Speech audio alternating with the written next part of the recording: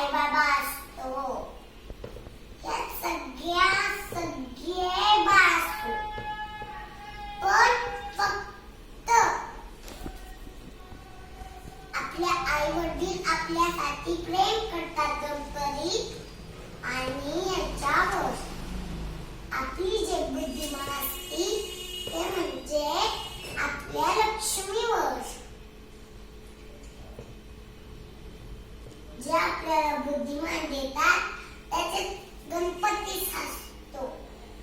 एक दिवस त्याच्या बापाने काय केलं, त्याचं तोंड कापून टाकलं. त्याची मम्मी लय रडले, लय म्हणजे लय रडले. मग लक्ष्मीला ऐकू आले, लक्ष्मी बाहेर आले. तिचा स्वभाव करायचा पेटलं गणपती करणार होती आणि त्याची मम्मी पार्वती